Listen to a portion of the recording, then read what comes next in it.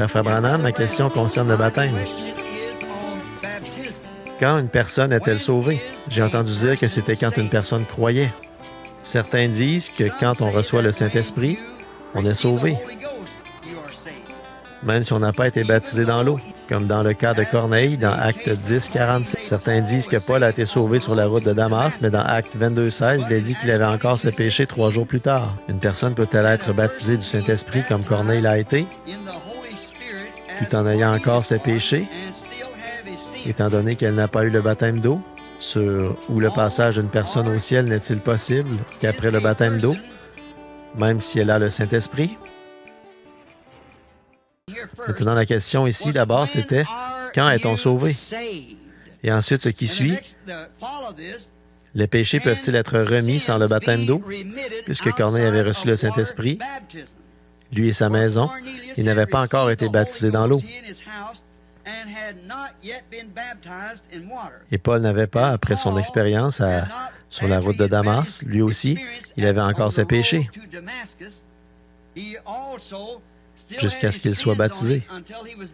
En effet, il a dit, j'ai relu tous ces passages de l'Écriture pour en être sûr.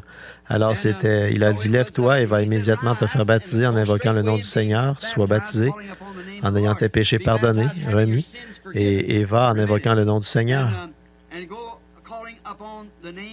Ensuite, est-ce que le baptême du Saint-Esprit, une personne peut-elle en être baptisée tout en ayant encore ses péchés, alors qu'elle n'a pas été baptisée dans l'eau? Le passage d'une personne au ciel est-il assuré lorsqu'elle est baptisée? Bien qu'elle ait le Saint-Esprit, elle devrait néanmoins être baptisée dans l'eau avant que son passage au ciel soit assuré? Maintenant, je crois... Or, je ne connais pas ce frère et c'est une question très bonne et intelligente. Elle devrait être traitée longuement parce qu'il est important que nous sachions ces choses. Voyez, ce que ce frère semble dire, c'est en ordre, frère. Vous êtes peut-être présent et c'est bien. Je pense que c'est une bonne... Je suis vraiment content que vous l'ayez écrite. Alors, voyez, mais je ne crois pas dans le fait d'être baptisé dans l'eau pour la régénération, voyez, parce qu'à ce moment-là, on ferait abstraction du sang, voyez. On est baptisé dans l'eau pour montrer que la régénération a eu lieu. Voyez, c'est simplement une expression extérieure, un symbole de la régénération. Le tout repose strictement sur la prédestination. Voyez, mais nous ne savons pas qui l'est et qui ne l'est pas. C'est pourquoi nous prêchons l'Évangile. Nous allons simplement prêcher par la foi. Mais sur le point de la régénération, là, je ne suis pas d'accord avec les frères unitaires. Et vous, les frères unitaires qui entendez cette bande de questions, si jamais elle arrive dans votre bureau, dans votre maison, ou parmi vous qui êtes unitaires, ne me comprenez pas mal maintenant parce que simplement parce que nous ne sommes pas d'accord. Moi et ma femme, nous ne sommes pas d'accord. Bien sûr, je lui dis que je l'aime et elle dit qu'elle ne le croit pas.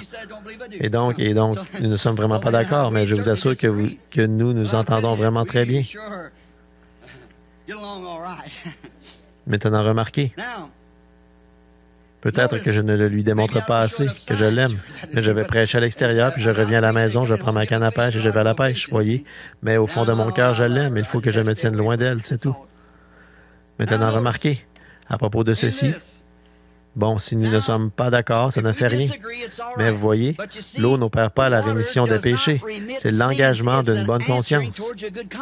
Je crois que la raison pour laquelle Paul a dû être baptisé là, c'est parce que c'est quelque chose qui est officiel et essentiel dans la Bible, que nous soyons baptisés. En effet, j'en reviens alors à ceci. Quand le brigand était suspendu à la croix, lui, il est mort sans avoir été baptisé du tout. Mais pourtant, en ayant la promesse que Jésus le rencontrerait au paradis ce jour-là, au paradis et non dans la région des perdus, parce que pour lui, c'était la première fois que l'occasion se présentait. Et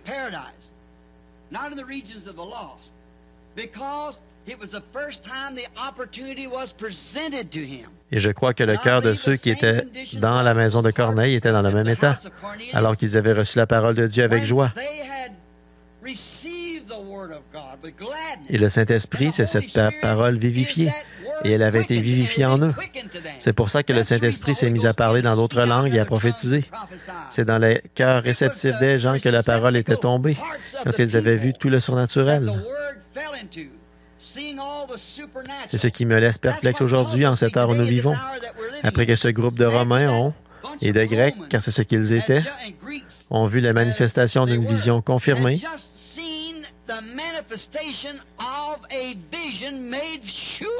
Le Saint-Esprit a ému leur cœur à tel point que, pendant que Pierre parlait encore, le Saint-Esprit est descendu sur eux. Voyez? Mais pour ce petit groupe, le fait qu'il ait trouvé ce petit pêcheur, c'était quelque chose de tellement significatif. Et le voici qui entre maintenant dans la maison, l'endroit même où il avait eu la vision. Corneille a réuni tout le monde et il a dit, « Mais c'est exactement tel que je l'avais vu. » Alors Pierre s'est levé et il s'est mis à leur dire de quelle manière ils avaient reçu le Saint-Esprit, et pendant qu'il parlait encore, ils avaient vu tout concorder parfaitement avec une vision. Un groupe de gens des nations qui avaient vu une seule vision manifestée, ils ont entendu la parole de vérité leur dire comment ils recevraient la vie.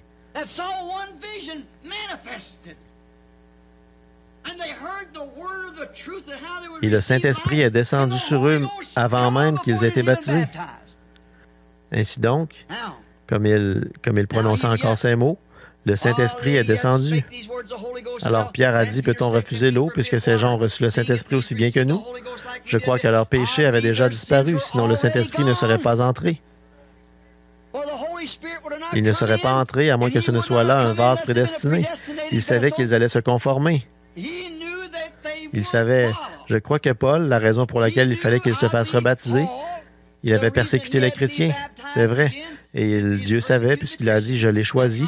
C'est ce qu'il a dit à Ananias le prophète. Alors qu'il savait que Saul était là-bas dans une chambre, son visage noirci, ses yeux assombris, et qu'il avait prié si fort, il était couvert de poussière, il avait été aveuglé par la colonne de feu qui lui était apparue sur la route. Alors il a dit, je l'ai choisi comme instrument pour les nations.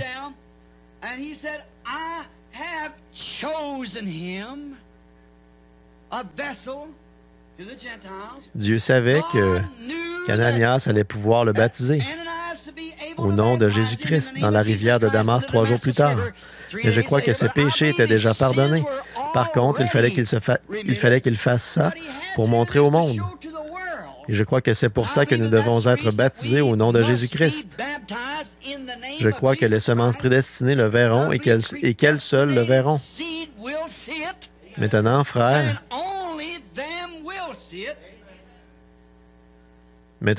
de la foi trinitaire, je ne vous jette pas la pierre. Mon cher frère, je ne fais que répondre à des questions. Je ne fais qu'exprimer mes pensées véritables à ce sujet. Or, je crois qu'on est sauvé en acceptant Jésus-Christ. Et le baptême d'eau, c'est une expression extérieure qui indique que quelque chose s'est produit à l'intérieur. Parce que l'eau n'a aucune vertu, ce n'est qu'un symbole. Je crois qu'on est sauvé quand on... Maintenant, il y a bien des gens, je vais éclaircir ça pour ce frère, il y a bien des gens qui disent qu'ils sont sauvés. Beaucoup sont baptisés au nom de Jésus. Beaucoup parlent en langue et ont toutes sortes de signes du Saint-Esprit, alors qu'ils ne sont même pas encore sauvés. C'est vrai. Beaucoup viendront à moi en ce jour-là et diront, « Seigneur, n'ai-je pas prophétisé en ton nom? » Un prédicateur. « N'ai-je pas chassé des démons en ton nom et fait beaucoup de miracles? » Il dira, « Retirez-vous de moi, vous qui commettez l'iniquité, je ne vous ai jamais connu. » Voyez? Donc, toutes ces choses, pourtant, c'est Dieu. C'est entre ses mains. Mais quand je vois que vous dites, eh bien, alors pourquoi demandez-vous aux gens de revenir, se faire rebaptiser? C'est parce que je me conforme au modèle du commencement. Nous ne pouvons pas perdre ce plan. Maintenant, prenons l'apôtre Paul quand il a rencontré quelques disciples qui étaient des gens formidables. Je crois qu'ils étaient sauvés, et pourtant ils n'avaient pas été baptisés au nom de Jésus-Christ, bien qu'ils aient été baptisés. Acte 19. Paul avait traversé les contrées supérieures d'Éphèse, il a rencontré quelques disciples, il leur a dit, « Avez-vous reçu le Saint-Esprit après avoir cru? » Ils lui ont répondu, « Nous ne savons rien du Saint-Esprit, nous ne savons pas s'il y a un Saint-Esprit. » Il a dit, « De quel baptême avez-vous donc été baptisés? » Ils ont dit, « Nous avons été baptisés. » C'est Jean qui nous a baptisés, le même homme qui a baptisé Jésus. Ce n'est pas si mal comme baptême. Cependant, observez cet apôtre sévère. Il a dit, « Mais Jean a seulement baptisé du baptême de repentance. » Pas pour la rémission des péchés, parce que le sacrifice n'avait pas encore été tué.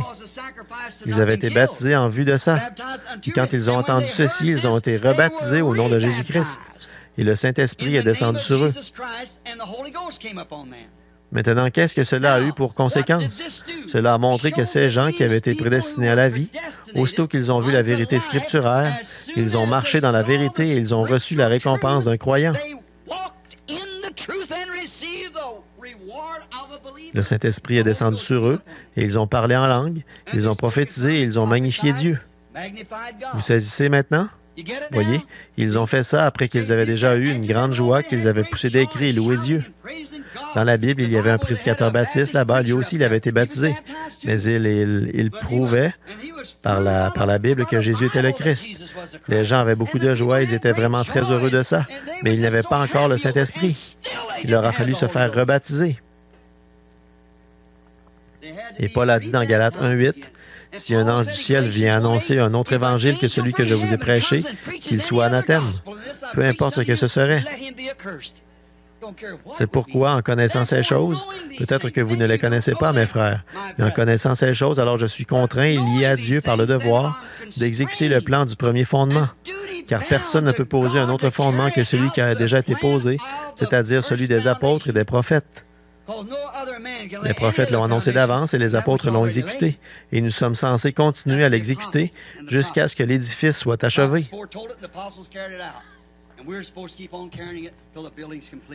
Donc, je crois qu'un homme est sauvé quand il croit au Seigneur Jésus-Christ de tout son cœur et que du fond du cœur, non pas de sa conscience extérieure, là.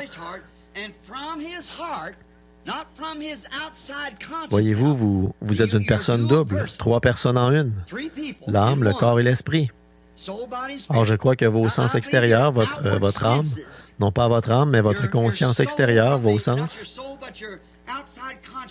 quand vous êtes éveillé, autrement dit, vous êtes dirigé par 5 sens. La vue, le goût, le toucher, l'odorat et l'ouïe. Ils ne vous ont été donnés que pour entrer en contact avec votre demeure terrestre. Ils ne vous ont pas été donnés pour entrer en contact avec votre demeure céleste. Il y a en fait 6 sens dans le corps de l'homme. En effet, son nombre dans la Bible, c'est 6. Il a été créé le 6e jour et son nombre, c'est 6, le nombre de l'homme. Et il possède la vue, le goût, le toucher, l'odorat, l'ouïe et la foi. Sa foi détermine sa destination, l'endroit vers lequel il se dirige. Or, la foi est une ferme assurance des choses qu'on espère, une démonstration de celles qu'on ne voit pas. Ne goûte pas, ne touche pas, ne sent pas ou n'entend pas. Mais par la foi, quand il saisit la parole, celle-ci l'envoie dans une dimension, vous voyez, qui la rend tellement réelle pour lui que c'est tout comme s'il avait déjà la chose dans sa main. Il sait que ça va arriver. Maintenant, c'est la même chose avec cette question ici sur le baptême d'eau. Voyez, Dieu savait que ces gens allaient être baptisés au nom de Jésus-Christ. Et Paul a fait cette déclaration qu'aucun homme, pas même un ange du ciel, ne devait enseigner une doctrine autre que celle qui lui avait été enseignée à lui. Ainsi donc, si je venais comme prédicateur, comme ministre, comme prophète ou quoi que je sois, ou même comme un ange venu d'en haut, et si j'enseignais quelque chose de contraire à ce que cet apôtre a enseigné, et que je n'ordonnais pas aux gens d'être rebaptisés au nom de Jésus-Christ, je serais déclaré par la Bible un faux témoin de la chose que je prétends croire.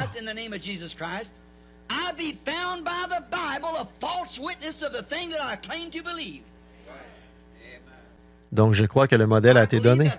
Chaque personne dans la Bible a été baptisée au nom de Jésus-Christ.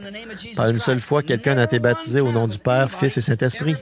Voyez, jamais personne n'a été aspergé. Tous, ils ont été immergés.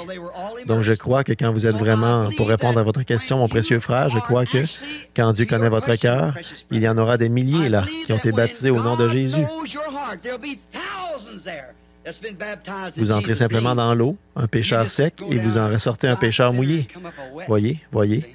Mais en tant qu'authentique et véritable croyant, qui se doit de marcher dans toute la foi et en toute bonne conscience devant Dieu, quand vous le voyez, vous vous faites baptiser. Mais je crois que ce n'est qu'une expression extérieure qui indique qu'une œuvre de la grâce a été accomplie à l'intérieur. Je crois que Dieu sauve un homme par grâce. Au nom de Jésus-Christ, par une expression extérieure, c'est ça la voie pourvue par Dieu pour y entrer. Puisqu'ils ont tous été baptisés de cette manière-là. Je ne condamne pas l'autre personne, mais c'est simplement, je pense que c'est ça. Ce n'est pas l'eau qui sauve l'homme, ça ne fait qu'indiquer qu'il a été sauvé. C'est une expression extérieure. It's an outward expression.